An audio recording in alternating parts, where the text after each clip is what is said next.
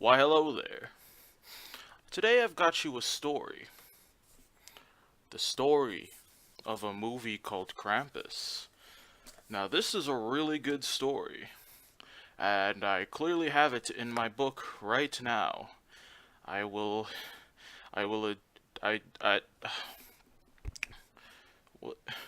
Let us begin.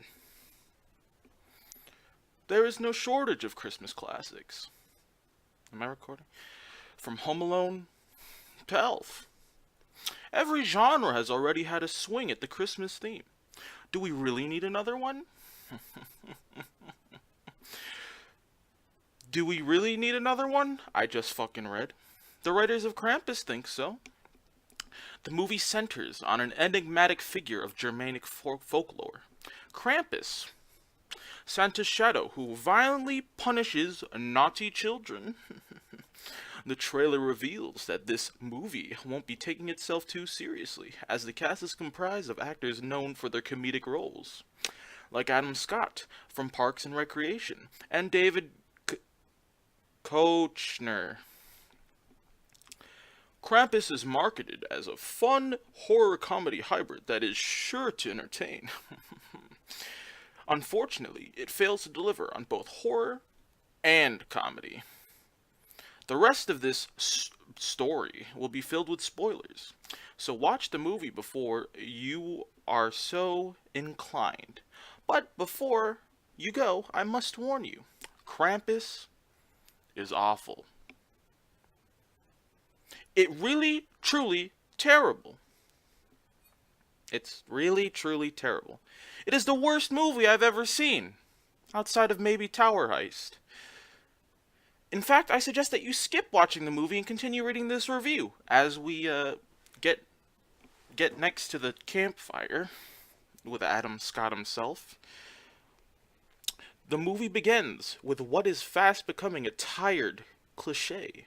Shoppers pour into generic store on Black Friday, attacking each other for the best deal on new TV. Surely this would be a witty social commentary if it was made 5 years ago. Unfortunately, Krampus continues on with this trend with its characterization of the two families. Tom and Sarah are forever quarreling, on border of a divorce. Parents. Beth is a rebellious teenage daughter, completely obsessed with her boyfriend and averse to family bonding. Ami is the wise German grandmother who only speaks English when relevant to the plot. Ain't that a... Max, the main character, is the little boy who still believes in Santa even though he's 10 years... If you're claiming that he's fake, you better hold the fuck up. They make up the typical middle-class family. To serve as their foil, there are Howard, Linda, their 4 kids, and Aunt Dorothy. Their characters can be summed up as, ew, poor people.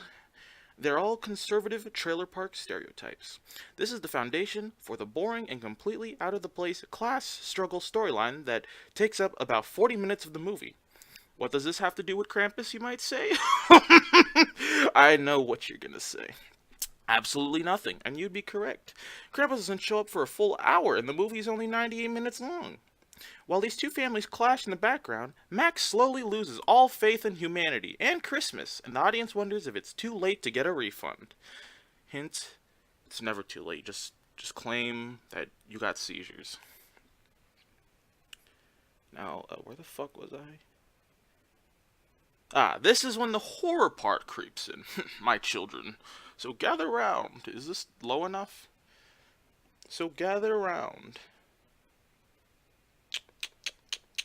There is a blizzard, and our annoying cast is stuck together. Now it is a waiting game where all these characters that you've slowly invested no emotional attachment whatsoever are to slowly be picked off. This somehow manages to be even more dull than the first half of the movie. Instead of feeling worried for the characters, or even afraid of the villains, the audience is left confused at the plot. Throughout the blizzard, the camera keeps panning over to Omi obsessively tending to the fire. It's less foreshadowing, and more like getting beaten over the head with the fact that this fire is important. Except Omi doesn't mention it to anyone and no one seems to notice. Inevitably, the fire goes out and thus starts the part of the movie that we've all been waiting for. Granny finally decides to speak up, and in perfect English, she tells the story of Krampus. Too long didn't read. At this point, the genre shifts from an attempt at family drama to an attempt at a tongue-in-cheek B-parody movie. Wow, isn't that a hoot in the handy? Woo-hoo! The stark contrast from the serious tone of the first half of the movie to the slapstick part of the second half is incredibly jarring. Like, this kind of jar. It's not even a jar, it's a bottle.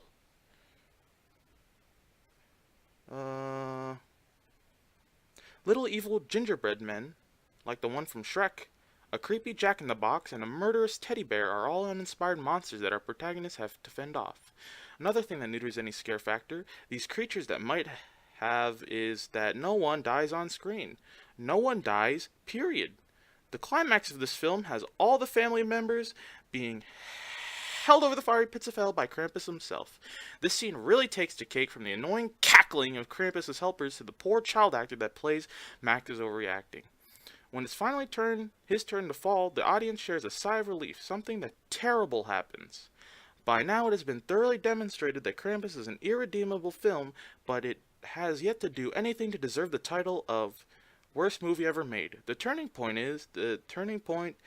will cemented this in time is, it was all a dream. Oh my god.